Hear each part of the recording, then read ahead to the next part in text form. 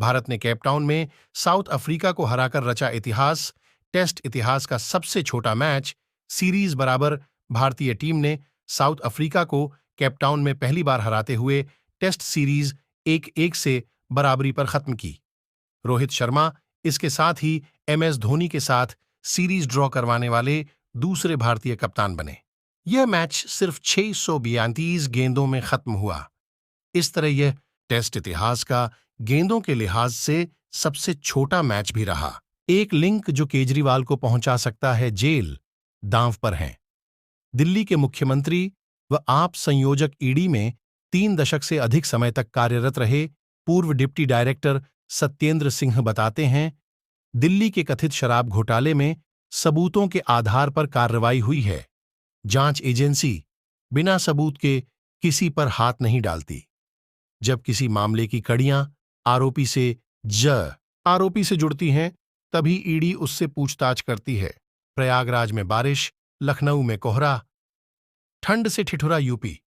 जाने आज के मौसम पर क्या है अपडेट। उत्तर प्रदेश के प्रयागराज में आज कोहरा छाया हुआ है और सुबह से हल्की बारिश हो रही है।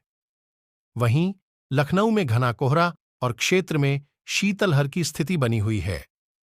यूपी में अलग अलग इलाकों में कोहरा से विजिबिलिटी भारी कमी आई, जिससे यातायात प्रभावित हो रही है। दान के ब्याज से ही बन गया राम मंदिर का फर्स्ट फ्लोर। जाने अब तक कितनी मिली समर्पण निधि। अयोध्या में जब राम मंदिर का निर्माण शुरू किया गया था तो ट्रस्ट को भी यह उम्मीद नहीं थी कि राम भक्त दिल खोलकर दान करेंगे। आलम यह है कि प्रथम तल का निर्माण समर्पण निधि में मिले रुपयों के ब्याज से ही हो गया। ट्रस्ट को अब तक लागत से करीब 4 गुना अधिक रकम मिली है। गैंगरेप कांड में बड़ा खुलासा, अहम गवाह ने बताई वारदात की उस काली रात की दिल दहला देने वाली सच्चाई। IIT BHU में गैंगरेप केस में बड़ा खुलासा हुआ है।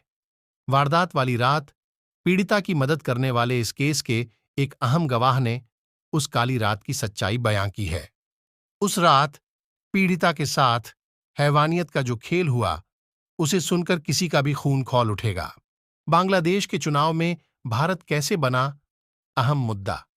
शेख हसीना की जीत क्यों पहले ही मानी जा रही तय।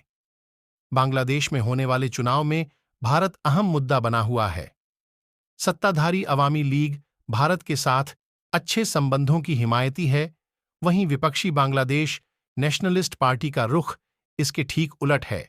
इस चुनाव में प्रधानमंत्री शेख हसीना की जीत लगभग तय मानी जा रही है, क्योंकि मुख्य विपक्षी पार्टी ने चुनाव के बहिष्कार का ऐलान किया है। राहुल गांधी ने बदला अपनी यात्रा का नाम, अब होगा भारत जोड़ो जाने। पूरा रूट मैप। राहुल गांधी 14 जनवरी से भारत जोड़ो न्याय यात्रा करेंगे। इस यात्रा को कांग्रेस अध्यक्ष मल्लिकार्जुन खड़गे इंफाल में हरी झंडी दिखाएंगे। लोकसभा चुनाव से ठीक पहले कांग्रेस नेता राहुल गांधी फिर यात्रा पर निकलने वाले हैं। 14 जनवरी से शुरू होने वाली इस यात्रा का नाम भारत जोड़ो न्याय यात्रा होगा। इस बात की जानकारी कांग्रेस नेता जयराम रमेश ने दी। इससे पहले इस यात्रा नाम भारत न्याय यात्रा दिया गया था। ईरान में ब्लास्ट और अमेरिका का अल्टीमेटम क्या फैलेगा। इजरायल हमास युद्ध। बेरूत में किए गए हमले में हमास के उपनेता की मौत। ईरान में धमाकों में करीब 100 लोगों की मौत। हमलों का शक अमेरिका और इजरायल पर। हमास से जंग, गाजा में तबाही और हजारों का कत्ल-ए-आम। अब इजरायल पर ब्रीफकेस बम से धमाका करने का इल्जाम। हमास के लड़ाकों ने पिछले साल 7 अक्टूबर को इजरायल में घुसकर हमला किया था और इजरायल के कई नागरिकों को बंधक बना लिया था। दोनों तरफ से जंग होने लगी।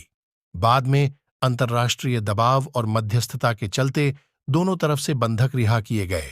इस दौरान इजरायल ने उस हमले की साजिश को अंजाम देने वालों को निशाना बनाना शुरू कर दिया था। शेयर बाजार में 2 दिन बाद लौटी रौनक। निवेशक मालामाल।